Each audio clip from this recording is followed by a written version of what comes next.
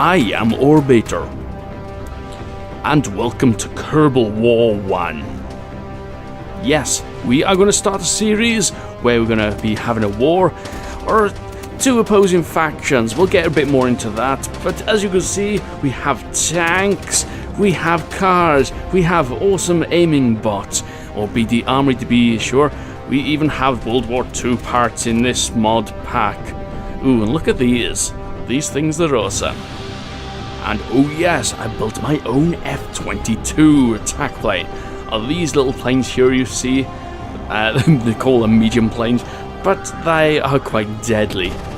That's if they can get close enough to get away from missiles, that is. Anyway, this is the new series that I'm planning on doing. I want you to let me know your feedback after listening to this video and finding out what the plan is. Oh, look at that. Now, you cannot say that BD Armory is not an awesome mod. And don't worry, the Kerbal survives. In fact, who is it? Kerbal. Kerbal. Okay, so here's the plan. As you can see, this is the map of Kerbin. Excuse the glitches because I had to re-render this little video for this particular reason. Okay, so if we zoom in on the map, here is the Kerbal Space Center. And I downloaded the mod called Kerb Inside, which added all these awesome bases. Obviously, I'm going to have to manually put in some new bases, but that's easy enough. So what I've done is split the world, or this land, into two. We've got the red and the blue. The red are going to be called the Disappointed Cats or Grumpy Cats. I'm not sure we're going to call the blue. So you decide, do we call the red Disappointed Cats or Grumpy Cats? And what should we call the blue side? So basically, this is going to be a war between two warring factions. They've decided for some odd reason that they wanted to go to war. And by the way, this is sort of like my first test attack, especially with the tanks. I didn't realise that I had the planes on guard mode, so that means they'll take off. I realised that having the planes flying, shooting missiles and shooting each other, as well as tanks going at the same time, this may lag it down, so we may have to do things like, we may have to go and send in the planes for attacking first, get rid of the air support, and then send in the tanks and vehicles for attack. Okay, here's the gist of this series. I want you guys to decide what we're going to do. Now, you can either choose a side, I'm not sure. This is where the experiment is going to continue. And as we go through it, I'm going to be sort of making sure the tanks and vehicles are either lower powered or higher powered, like these little buggies. They got low powered guns. They can dish out a lot of shots, but they will eventually destroy the tanks, as you'll see during this video. But basically, we'll have to make up some rules. I've already made up some sort of rules that each unit, like a light tank or the light vehicle here that we've got with a small gun, is sort of like 10 points. No, is it 1 point? And the tanks are 2 points, and you have a total of 10 points that you can take into battle of tanks or aircraft. Some sort of point system. And depending on where you've got, how many land masses you've got or bases, depends on how many extra units you get per turn. So yeah, I was deciding that every base or whatever can have 4 turns per episode, so that means possible of 4 battles, but don't forget sometimes there'll be bases which aren't occupied, and you'll want to strategically get a base. And I want you guys to help me decide on what you're going to do. You can either choose a side, or you can choose, to vote for both of them, but it has to be practical. If you're deciding for the red to attack this blue team base, specific base, then you have to be for a reason. Otherwise, I will ignore your comment. So yeah, you guys are a part of this war, and you have to decide.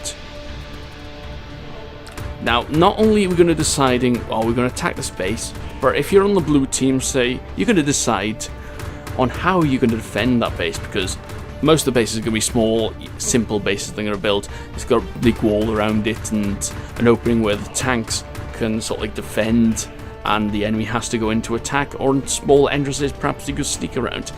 So deciding which way you're going to come at the base, if possible. I'm not sure whether they're going to say if you're coming from the north, then you can only come at the north side of the base, or if you're surrounding the base and the land masses, then you can come on one of those 3 areas.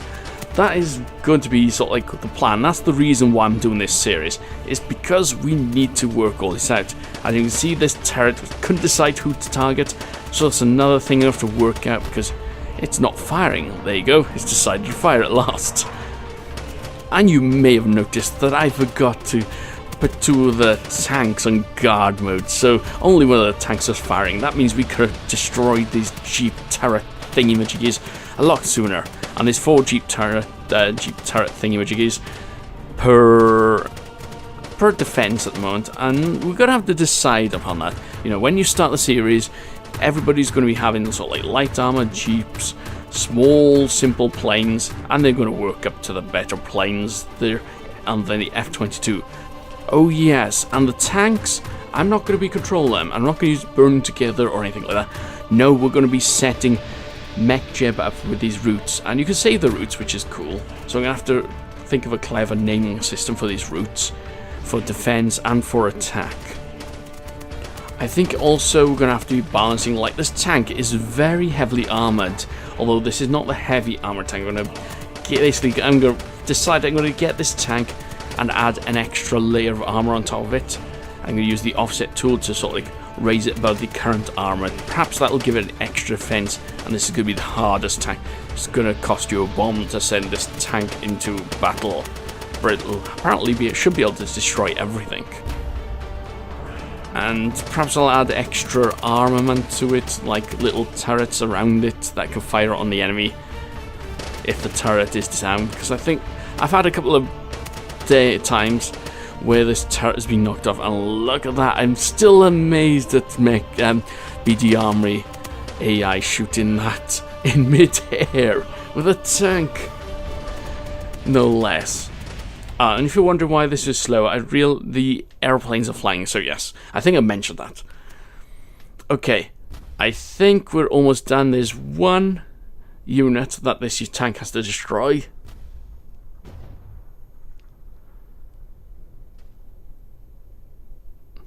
No, not that one. We can consider that one destroyed. Ah, there he is. Ah, and just in time to watch him die. Yes, we have to decide on what constitutes a dead unit. So the tanks have won, they're barely functioning, but if you consider the tanks coming in to destroying those units as taking the base, then we have taken the base. But there's not just tanks, there are planes as well. Okay, to test the planes out, what I've done, I've used the competition, dogfight competition thing, set them at 5 kilometers apart, start that, they basically take off, get about 5 kilometers away from each other, then turn around and have it at each other. Okay, this is the F-22 Raptor that I've built. It works quite well, in fact. You know, it doesn't stall at too slow speeds, it maneuvers quite well for its size and shape, and the thrust that it has. However, the 2 planes that's going to up against are, I call them Mark II planes, okay? To be simple, they're sort of like medium planes. They have gimbling weapons on the front, they have gimbling guns, no missiles. This one has guns on the front, but they're not gimbaled. However, it does have AMRAAM missiles, which is radar missiles, and it also has the heat-seeking missiles. I think I fired one of them off. Did it? No, it's still got the 2 heat seekers. Let's fire the 2 of them at once. I always find that the AMRAAM missiles always miss, but watch this. Okay, guns are not that good on this, the F-22. But there you go. Awesome, we destroyed 1. So this is a long-range fighter. This is what you want to send in to take out the fighters, and you'd have it escorted by perhaps mini fighters or a large fighter, not a large fighter, the Mark II fighters. Now this Mark II aircraft has gimbling weapons on the front, but don't worry, I've limited their gimbal, so they still have to be able to point directly at the enemy. However, it does have the extra edge, And this thing has a larger wing surface to its size. That means it can fly at slower speeds and maneuver quite well still. Okay, let's see. It's coming around. See, it's turning a lot faster than the F-22. To be able to avoid its missiles at close range and its guns. And the good thing with this plane, that the reason why it's slow, I've limited the thrust by the way on the jet engine, but because it's slower, it can easily get behind the F-22 as after it flies past. Now, don't get me wrong, the F-22 is quite a craft and it can easily destroy this thing if it gets behind this plane. So yeah, oh, you can see the names on the side. Plane 2 medium and plane F-22 heavy.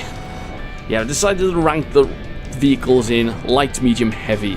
I'm not going to add any more, we're going to keep it simple, because it's taken me a long time just to get this ready and this video out. This is still going to be tested. I've got bases to build, because we're going to have several bases. As you saw from the map, there was only a few. But the idea is, as this thing gets destroyed, no, didn't even get a chance to eject. Oh man. And of course, because we have Jebediah in the cockpit here. So yes, you guys will be deciding, hey, we're going to send some planes into this base, and then some heavy tanks. What do you think about that? I think that is an awesome thing to do. We can have the extra base and extra units that come with every turn from it. So those are the basic rules. I still have to work out the best way to, well, balance the amount of units, because I don't want the bases to be too easy to take. We'll have some static turrets there on them, to the AA turrets that'll take out aircraft. And come on, land. Yeah, I have a problem with landing these things. Because it hit the ground, I'll call that a success. I think I have to spread the wheels out because it wobbles too much. But hey, you just saw me landing this with, what was it? Mouse aim flight. And it is an awesome mod that allows you to basically move the mouse around, and like was it War Thunder where the planes and you use the mouse to control it? Yes, something like that. It is bloody awesome. However, I will not be flying the planes in the battles, so when you decide to attack a base with the planes, I will not be flying. My poor piloting skills will not be involved. It'll be all AI. What I'll probably do is use HyperEdit to land all the planes after they've been destroyed, well, after the winning planes have won, and then send in the tanks. Probably have to put the planes out of the area or something. Can you put peaceful mode on? I'm not sure. There's a couple of things I have to learn with BD Army. There's a peaceful mode button, but I'm not sure if that stands for every vehicle, or just the current vehicle you're controlling. I think it's every vehicle because it's settings. Oh well, I'll work that out at some point, because we'll have to put the planes aside. I'm not having the tanks saying, ooh, destroyed the planes as well, while they're all static on the ground. I think it's a bit unfair. Go on, quick, get a parachute out. Good work, Genevin. Kerman. Was it Genevin? Yeah, I think it was. So yes, let me know. Perhaps any ideas that you have as well, you can put in the comments below. We'll be starting the war soon. I want to make them short, not short episodes, but easy for me to make. So a short time span. So that's why I'm going to make most of the bases basic. It's all about the battles and gaining that land. Okay, this thing is not gonna... Yeah, because we haven't got a Kerbal, I can't control it to crash it. It's just out of control.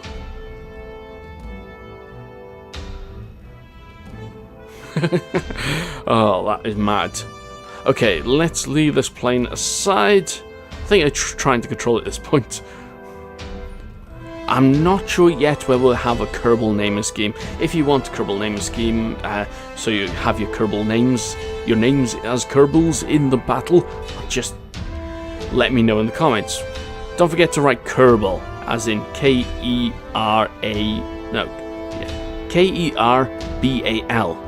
Spell it right, not like the way I said it. Kerbal, otherwise I won't be able to filter out and know that you want to be a Kerbal in this series attacking the other side. But yes, decide on how we're going to attack. I'll finish off the bases and I'll perhaps put the map another short video. Oh yes, I decided that battle was too quick, so we're going to get Maxford out and attack the other plane. Right, once it's in the air, we'll change its team. The only problem is I should have changed the team first off, because, yeah, the other plane is coming to attack. Okay, good, they've missed each other. So it's got a fighting, Maxford has got a fighting chance. Okay, this is one thing I'm worried about planes. I've had a few glitches where the planes are attacking shit, and then one decides, I'll go over here, I'll go escape, and damn it. That pilot is an ace pilot. Okay, quick. EVA, fully deploy your parachute, Maxford. Good dude. Anyway, who's in this other plane? Who's this mysterious Kerbal? I should have known, it's Jebediah Kerman. I didn't even realise this at the point, it's just that these battles are awesome. Anyway, here's the end screen. I'm Orbiter, trust me, I'm an engineer. There's a subscribe button here and some videos that you can select from. Just either hit one or go watch another video on YouTube. It's all up to you. And happy warring.